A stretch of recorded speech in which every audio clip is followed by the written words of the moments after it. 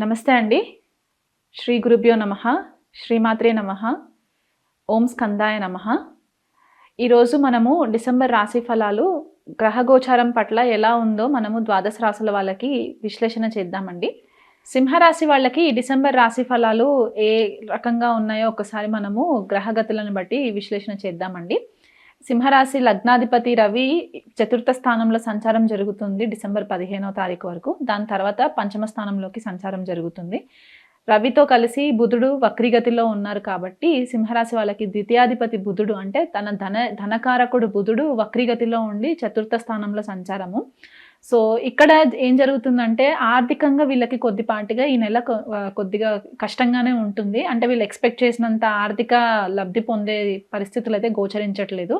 ఎందుకంటే ద్వితీయాధిపతి వక్రీలో ఉండి చతుర్థ స్థానంలో ఉండడము అండ్ వీళ్ళకి సింహరాశి వాళ్ళకి భాగ్యాధిపతి అయిన కుజుడు వక్రీలో ఉండి నీచలో ఉండి వ్యయస్థానంలో సంచారం కాబట్టి డబ్బు ఎక్కువ మట్టుకు కూడా వీళ్ళు ఇంటికి సంబంధించి అంటే గృహానికి సంబంధించి డబ్బు ఖర్చు పెట్టడం జరుగుతూ ఉంది.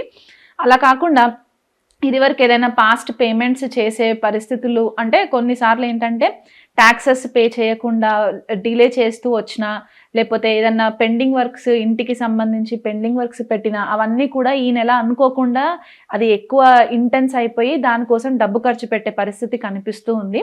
సప్తమ స్థానంలో శని సంచారము వక్రీలో నుంచి ఇప్పుడు డైరెక్ట్ అయిన తర్వాత భార్యాభర్తల మధ్య కొద్దిపాటిగా రిలేషన్షిప్లో మళ్ళీ ఇబ్బందులు తావెత్తే పరిస్థితి గోచరిస్తూ ఉంది. అష్టమంలో రాహు సంచారము అత్తవారింటికి సంబంధించి ప్రాబ్లమ్స్ ఈ నెల కూడా కంటిన్యూ అయ్యే పరిస్థితి గోచరిస్తుంది. ఎవరికైనా లీగల్ లిటిగేషన్స్ ఉంటే కనుక ఈ లీగల్ లిటిగేషన్స్ ఇష్యూస్లో కూడా ఇంకా కొద్దిగా డీలేస్ కాకుండా వేగంగా ముందుకు సాగే పరిస్థితి గోచరిస్తుంది అనమాట. సో రిలేషన్షిప్ మ్యాటర్స్లో కొద్దిగా పాటిగా కేర్ఫుల్గా ఉండాలి సింహరాశి వాళ్ళు.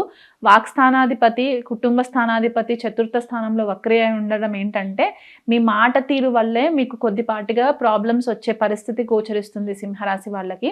దురుసుగా మాట్లాడడము, కోప స్వభావంతో మాట్లాడడము ఇలాంటివన్నీ కూడా కనిపిస్తున్నాయి. పంచమంలోకి ఎప్పుడైతే రవి సంచారం జరుగుతుందో అప్పుడు కొద్దిపాటిగా మీకు రిలీఫ్ వస్తుందన్నమాట. అంటే మీ క్రియేటివిటీ బయటికి వచ్చి ఆ క్రియేటివిటీ వల్ల మీరు ఆఫీస్లో కొద్దిగా బెటర్గా పర్ఫామ్ చేయడానికి కూడా పరిస్థితులు గోచరిస్తున్నాయి. ఎవరైనా ఉద్యోగ మార్పులు చేసుకోవాలి, ఉద్యోగం మారాలి అని అనుకునే సింహరాశి వాళ్ళు ఎవరైనా ఉంటే కనుక డిసెంబర్ 15వ తారీఖు తర్వాత మీరు ప్రయత్నాలు చేసుకుంటే మీకు బెటర్ ఆపర్చునిటీస్ వచ్చే పరిస్థితి గోచరిస్తుంది. దశమంలో గురుడు వక్రీగతిలో ఉండి కొద్దిపాటిగా మిమ్మల్ని స్పాట్లైట్లో ఉండనివ్వకుండా ఇంకా హార్డ్ వర్క్ చేయించే పరిస్థితి అయితే కనిపిస్తూ ఉంది. ఎందుకంటే రెండు పెద్ద గ్రహాలు సప్తమంలో శని దశమంలో గురుడు కాబట్టి మీకు మేనేజర్స్ దగ్గర నుంచి సపోర్ట్ ఏదైతే రావాలో ఆ సపోర్ట్ రాకుండా కొద్దిపాటిగా డిలేస్ క్రియేట్ చేస్తూ ఉన్నారు. దానివల్ల మీకు మానసిక ఒత్తిడి కనిపిస్తూ ఉంది. ఆ డబ్బు అనవసరంగా ఖర్చు అయ్యే పరిస్థితులు గోచరిస్తున్నాయి. అండ్ ఇంకొక విషయం ఏంటంటే క్రియేటివిటీ పెరగడానికి మీరు ఇంకా ఏదైనా న్యూ స్కిల్ సెట్ నేర్చుకోవడానికి కూడా ప్రయత్నాలు చేసుకోవచ్చు. రీసెర్చ్ కెరియర్ ఫీల్డ్స్లో ఉన్న వాళ్ళకి కనుక చూసుకుంటే రాహు మంచి రీసెర్చ్ చేయడానికి మీకు ఒక అవకాశాన్ని ఇస్తూ ఉంటారు. ఆధ్యాత్మికంగా ఎదగాలనుకునే సింహరాశి వాళ్ళకి కూడా ఈ నెల కూడా మంచి ఫేవరబుల్ రిజల్ట్స్ ఉంటాయి. శుక్రుడు షష్ఠ స్థానంలోకి ఎప్పుడైతే మార్పు చెందుతుందో అప్పుడు కొద్దిపాటిగా సింహరాశి వాళ్ళు ఆడవాళ్ళతో కొద్దిగా డీలింగ్స్ చేసేటప్పుడు కొద్దిగా కేర్ఫుల్గా ఉండడానికి ప్రయత్నం చేయండి. అనవసరమైన స్కాండల్స్లోకి లిటిగేషన్స్లోకి వెళ్ళే పరిస్థితులు గోచరిస్తున్నాయి. అండ్ కిడ్నీస్కి సంబంధించి లేకపోతే లివర్కి సంబంధించిన ప్రాబ్లమ్స్ కూడా సింహరాశి వాళ్ళకి కనిపిస్తుంది. అది కాకుండా డైజెషన్కి రిలేటెడ్ ప్రాబ్లమ్స్ కూడా కనిపిస్తున్నాయి. సింహరాశి లేడీస్కి కనుక ఇదివరకు ఏదైనా పీసీఓడి ప్రాబ్లమ్స్ అట్లాంటివి ఏమైనా ఉంటే శుక్ర మార్పు తర్వాత మీకు కొద్దిపాటిగా డిస్టర్బెన్సెస్ కనిపిస్తూ ఉన్నాయి. అంటే డిసెంబర్ 2వ తారీఖు తర్వాత కొద్దిగా ఆ మెన్స్ట్రల్ ప్రాబ్లమ్స్కి పీసీఓడి ప్రాబ్లమ్స్కి కొద్దిగా అగ్రివేట్ అయ్యే సిచ్యువేషన్ కనిపిస్తుంది. కాబట్టి ఆ కోణంలో కొద్దిగా మీరు హెల్త్ని నెగ్లెక్ట్ చేయకుండా మీకు ప్రాపర్ డయట్ తీసుకుంటే కూడా మీకు హెల్ప్ అవుతుందన్నమాట. ద్వితీయ స్థానంలో కేతు సంచారం ఏంటంటే ఇన్కమ్ రిసోర్సెస్ అన్నీ కూడా టైట్ అయిపోయిన ఫీలింగ్లో ఉంటారు. అంటే ఏ రకంగా కూడా మీకు భాగ్యం సపోర్ట్ చేయట్లేదు అనే ఒక ఫీలింగ్లో ఉంటారు. ఎన్ని రకాలుగా ప్రయత్నాలు చేసినా కూడా సడన్ రైజ్ ఇన్కంలో రావట్లేదు అనే ఒక ఆలోచన అయితే మిమ్మల్ని కుదిపేస్తూ ఉంటుంది. ఎందువల్ల అంటే ద్వితీయంలో కేతు, వ్యయంలో కుజుడు నీచలో ఉండి వక్రీలో ఉంటారు కాబట్టి డబ్బు ఎక్కడి నుంచి వస్తుంది, ఆ వచ్చిన డబ్బు ఎక్కడ ఖర్చు అవుతుందో కూడా తెలియని అయోమయమైన పరిస్థితుల్లో సింహరాశి వాళ్ళు నెలంతా కూడా అట్లాగే ట్రాన్సిషన్లోనే ఉంటారు. కమ్యూనికేషన్ చేసేటప్పుడు వీలైనంత మట్టుకు క్లియర్‌గా కమ్యూనికేట్ చేయడానికి ప్రయత్నం చేయండి. ఎక్కువ మాట్లాడకండి. కోపం ఎక్కువ వస్తుంది అని అనుకున్న టైంలో కొద్దిగా మౌనం పాటించడానికి ప్రయత్నం చేయండి. ఆఫీస్‌లో వర్క్ చేసే వాళ్ళు ఎవరైతే ఉంటారో వాళ్ళు కొద్దిగా కమ్యూనికేషన్ క్లియర్‌గా పెట్టుకోవడం మంచిది. అకౌంట్స్, మీడియా, ఐటీ రంగంలో ఉండే వాళ్ళు డేటా బ్యాకప్స్ తీసుకోవడానికి ప్రయత్నం చేయండి. సడెన్‌గా డేటా లాసెస్ అవుతే గనక మిమ్మల్ని స్పాట్‌లైట్‌లో పెట్టి మీ ప్రమోషన్‌కి కూడా కొద్దిగా ఇబ్బంది క్రియేట్ అయ్యే సిట్యుయేషన్స్ కనిపిస్తున్నాయి కాబట్టి ఆ కోణంలో డేటా బ్యాకప్స్ ఎక్కువ తీసుకోవడానికి ప్రయత్నం చేయండి. అనవసరమైన ఆర్గ్యుమెంట్స్‌లోకి వెళ్ళకండి. ఎస్పెషల్లీ మీ మేనేజర్స్ తోటి అనవసరమైన ఆర్గ్యుమెంట్స్‌లోకి వెళ్ళకండి.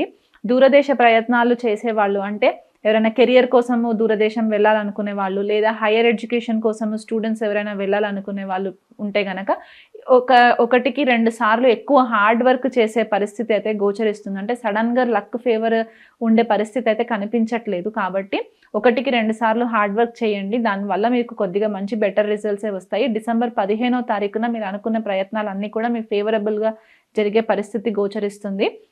ఓవర్ థింకింగ్ ఆపుకోండి. ఎక్కువ అనవసరమైన విషయాలకి ఇంపార్టెన్స్ ఇవ్వకుండా మీకు ఈ సమయానికి ఏది ఇంపార్టెంటో దానిపైన ఎక్కువ ఫోకస్ పెడితే మీకు ఈ యాంగ్జైటీ, స్ట్రెస్, ఈ డిప్రెషన్‌లోకి వెళ్ళకుండా కొద్దిపాటిగా టైంకి పడుకోవడము ఇలాంటివన్నీ కూడా అలవాటు చేసుకోండి.